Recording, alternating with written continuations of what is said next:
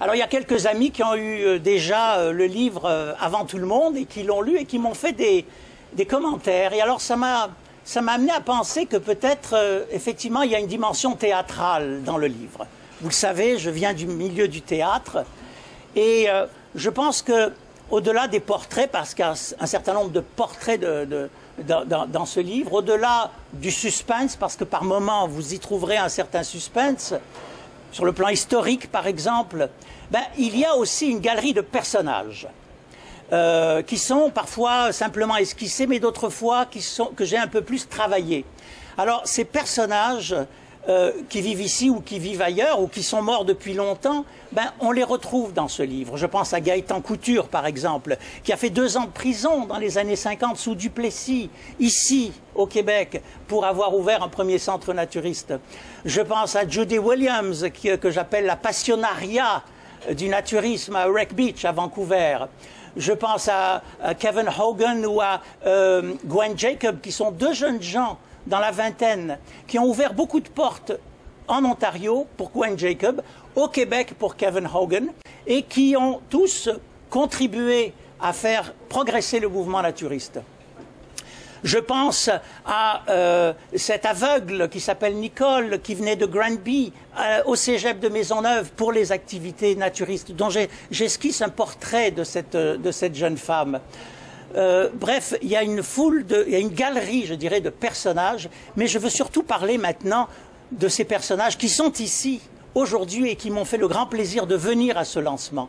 Et ce sont des gens dont je parle dans le livre, parce qu'ils m'ont beaucoup inspiré.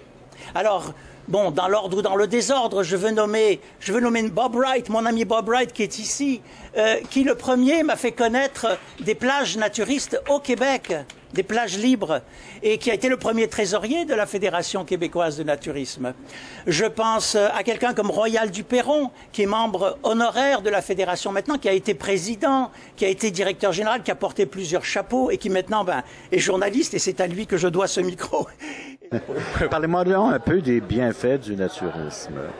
Qu'est-ce que ça vous apporte, vous, Albert Courville, de pratiquer le naturisme? Moi, comme naturiste, je sens la liberté totale. L'eau, l'air, le soleil, c'est sûr, c'est connu depuis longue date. Oui. Et puis, on se sent tellement à l'aise. Si vous saviez... j'ai essayé d'expliquer ça à ma mère. Et puis, je ne comprenais pas. Bien, c'est sûr. Mon père était toujours prêt à venir. Et ma mère ne voulait rien savoir. Sauf qu'un jour, il est décédé et il a décidé de venir me voir. Ah oui? Bien sûr. Ça lui a pris exactement le temps que je lui avais expliqué. 5 minutes à se sentir relativement confortable. Ah, c'est formidable, ça. Elle avait quel âge? Elle avait 72 ans. 72 ans. Incroyable. Et elle l'a fait et elle a aimé ça. Voilà.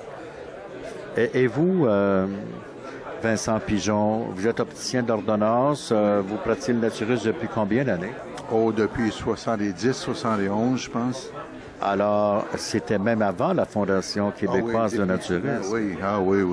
Puis c'est la plus belle chose qui m'est arrivée dans ma vie. Ah oui, la plus belle chose. À part de mon épouse. Ah oui, mais elle, Paulette est exceptionnelle, il faut dire. Mais quand même, c'est la joie de vivre, c'est la liberté, c'est... C'est tout ça.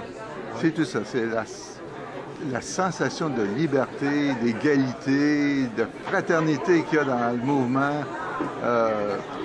Il faut le vivre pour le...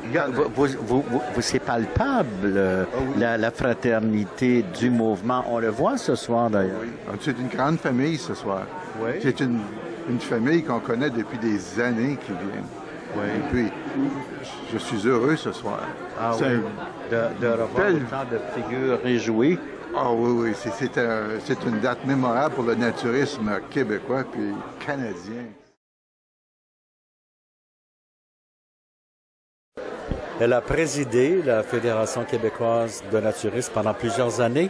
La voici qui signe la préface du livre écrit par le fondateur Michel Vaïs, Nu simplement, le titre du livre que voici. Diane Archambault, bonsoir. Bonsoir.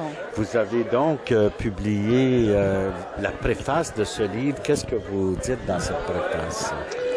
Bien, dans cette préface-là, j'essaie de voir un petit peu le parcours de Michel Vaillis. Et quand je commence, je dis Michel, ce grand Michel, parce que c'est difficile de cerner tout ce qu'a toutes les facettes du personnage et toutes les facettes du livre aussi, parce qu'il y en a énormément. Donc, j'essaie quand même de faire un tour d'horizon, parce que j'ai quand même lu ce livre-là quelques fois. Vous l'avez lu avant, bien sûr, de faire. Mais là, vous avez dit... mais alors, il y a de la matière là-dedans. Comment je vais faire pour m'en sortir? Lecture facile, très agréable. Surtout, il commence par des témoignages personnels de son enfance.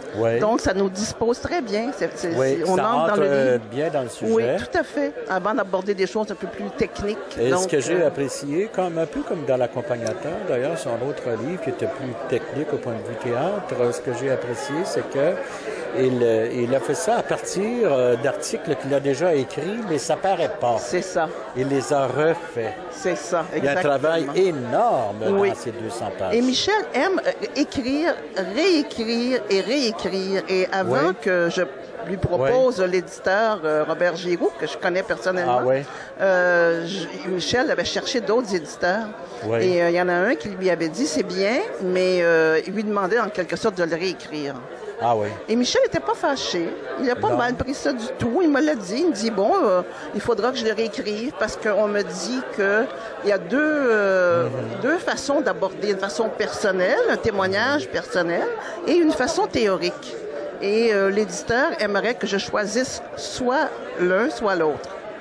Alors, mais il n'était pas fâché. Il dit, j'aime réécrire. C'est un travailleur. C'est un travailleur.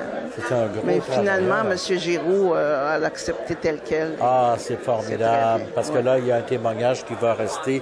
C'est peut-être, en fait, actuellement, c'est le seul ouvrage naturiste publié au Québec. Exactement. Si je ne m'abuse. Absolument. Et c'est le seul pendant longtemps, je pense, avant que quelqu'un fasse la même chose. Vous y pensez pas, M. Royal?